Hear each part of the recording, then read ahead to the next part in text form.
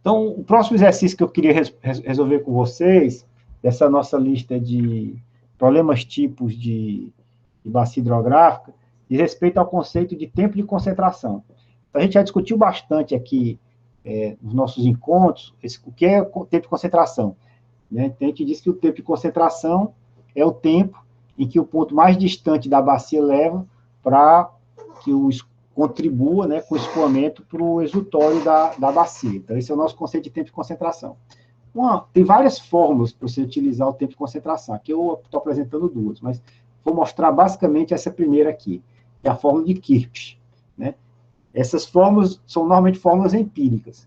De onde é que surgem essas fórmulas de tempo de concentração? Muitas vezes de medidas observacionais, e a partir dessas medidas observacionais você calcula uma relação que associa o tempo de concentração a algumas características morfométricas, né, da bacia hidrográfica.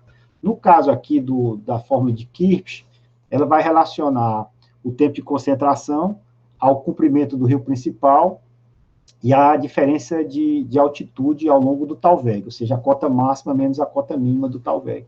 É simples assim. E essa equação é dimensional, tá certo? Então, o tempo de concentração vai ser dado em minutos, o L vai ser, o comprimento do Talweg vai ser dado em quilômetros, e a diferença de altitude dada em metro.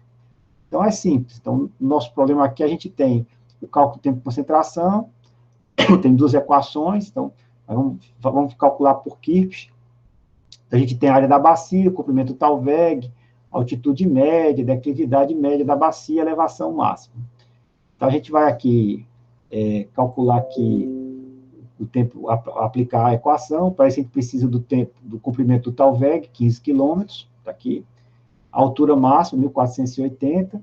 A altura mínima, que está associada aqui à seção de controle, onde está o exutório de interesse. Então, com isso eu calculo o valor do ΔH, e aí aplico de forma direta a equação do tempo de concentração. 57 L ao cubo, dividido por ΔH, elevado a 0,385. Então, aqui eu já tenho a fórmula do tempo de concentração. Vocês observem que o tempo de concentração só dependeu de características, digamos assim, geométricas, né? Como comprimento, como a variação de cota da bacia do rio, né? Do comprimento, o ΔH do rio principal, e o L é o comprimento do Talweg do rio principal. Né? Lembrando que o rio principal é aquele rio de maior comprimento na bacia. É tranquilo também esse conceito, e a aplicação é muito direta, né? E lembrando que o tempo de concentração, ele é uma variável muito importante. Por quê? Porque a duração da chuva de projeto, normalmente a gente adota a duração da chuva de projeto como sendo o tempo de concentração. Então, o tempo de concentração define a duração da chuva que eu vou projetar essas minhas estruturas de drenagem, os vertedouros, etc. Tá bom? Então, é importante a gente saber esse conceito de tempo de concentração.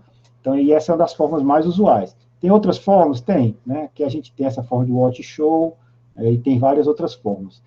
Tem alguns livros que eles trazem diferentes equações para o tempo de concentração e quais foram as condições em que esses tempos de concentrações, essas equações foram elaboradas, em que situações elas foram elaboradas. Então, é sempre bom a gente ver quais são para que serve essa, com que dado foi utilizado para poder construir esse tempo de concentração, ou que adaptação foi feita na equação de tempo de concentração original, para que a gente possa fazer uma boa aplicação. Lembrando que, por exemplo, tem a forma de Kirchhoff, por exemplo, modificada para a drenagem urbana, que foi feito pelo Serviço de Drenagem Urbana da cidade de Denver, no Colorado, nos Estados Unidos. Então, assim, é bom sempre saber em que situação foi calculado, para que é que se endereça aquelas curvas, aquela equação do tempo de concentração. Tem equações de tempo de concentração que vão utilizar até o CN, né, que tem a ver com o tipo de uso e ocupação do solo, que é mais utilizado em drenagem urbana e tudo, tá? Então, dê uma olhada nisso, mas sempre a aplicação é muito direta, a partir de características da geometria, em alguns casos muito específicos, utilizando algum tipo de característica também reduzem a ocupação do solo, é menos usual.